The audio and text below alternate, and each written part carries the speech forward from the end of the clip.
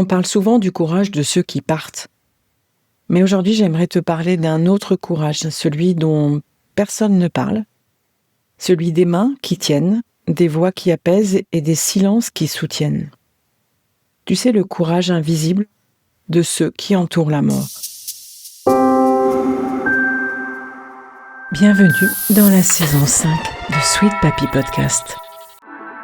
Et si je te disais que dans l'accompagnement de fin de vie de nos proches, il existe parfois des instants comme suspendus où tu découvres une force en toi que tu ne soupçonnais pas. Alors avant que mes souvenirs ne s'effacent, pendant 60 jours, j'espère devenir ton miroir. Celui qui éclaire tes choix, tes fragilités, ta façon d'aimer, que tu sois aidant ou professionnel du soin. Alors abonne-toi pour ne rien manquer de ces instants de passage. Ce courage-là, il ne fait pas de bruit, il ne porte pas de médaille, il s'exprime dans les petites choses, les choses minuscules.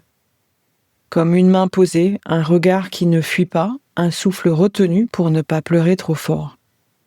Le courage invisible de ceux qui entourent la mort, c'est le courage de ceux qui restent, de ceux qui accompagnent, souvent sans projecteur, sans témoin.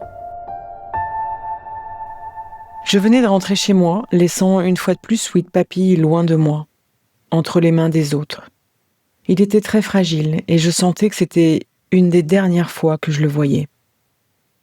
Un matin, j'ai reçu un message par les réseaux sociaux d'une inconnue.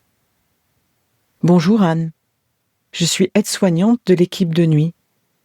Et en finissant ma garde, j'ai eu envie de vous dire, parce que je sais l'attachement que vous avez pour votre père, qu'on est tous émus par tout ce que vous lui apportez avec vos frères, qu'il a passé une nuit paisible, il a beaucoup dormi et on est resté un peu avec lui. Waouh! Et là je me suis dit, voilà, c'est ça le courage invisible. Celui ou celle qui veille sans être vu. Celui ou celle qui s'efface pour que l'autre se sente encore vivant. Celui ou celle, avec les mains, qui change un pansement, des bras qui soulèvent, des voix qui murmurent « Vous êtes bien là ? Vous êtes bien installés ?» Ce jour-là, j'ai compris que la mort, en réalité, ne s'entoure pas de silence, elle s'entoure d'humanité. C'est ça le courage invisible. Alors oui, aujourd'hui, je voudrais parler de celui des soignants.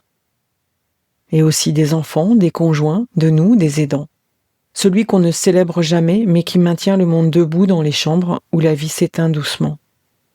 Les soignants, les psychologues, les aidants, les bénévoles, tous partagent ce même territoire fragile où l'émotion devient outil. C'est comme une forme de danse silencieuse entre les métiers, où chacun tient un fil du soin. Le médecin ajuste le traitement, l'aide-soignante veille à la dignité du corps, le psychologue accueille les émotions, le ou la musicothérapeute adoucit les silences, et parfois c'est juste un brancardier, une cuisinière, qui trouve le mot juste pour ramener un peu de chaleur humaine. Ce travail d'équipe est un orchestre invisible où la présence de chacun devient essentielle à l'apaisement du tout.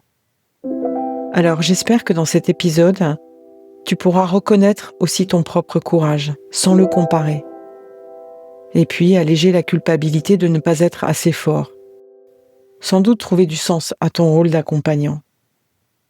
Et puis surtout, je te demande dans cet épisode d'honorer tous ceux qui continuent d'aimer malgré la peur, même dans le travail. Voilà, c'était notre moment du jour. Et aujourd'hui, j'aimerais une fois de plus que tu aies une pensée pour tous ces visages qu'on ne voit pas, ceux qui travaillent dans l'ombre, ceux qui tiennent la main et ceux qui ferment doucement la lumière le soir. Parce que tu as entendu mon témoignage, il porte le courage du monde. Celui qui ne s'exhibe pas, celui qui réchauffe encore jusqu'à la dernière seconde. À demain. Si cet épisode t'a touché, inspiré ou donné des pistes pour mieux appréhender les imprévus de la vie, je t'invite à aller plus loin. N'hésite pas à t'abonner à Sweet Papy Podcast pour ne manquer aucun des prochains épisodes, remplis bien évidemment de bienveillance et d'histoires inspirantes.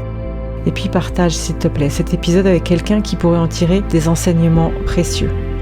Et surtout, si tu souhaites discuter de ton propre parcours d'aidant, échanger ou découvrir des ressources pour t'accompagner, n'hésite pas à réserver un appel découverte avec moi via le lien qu'il y a dans le descriptif de l'épisode.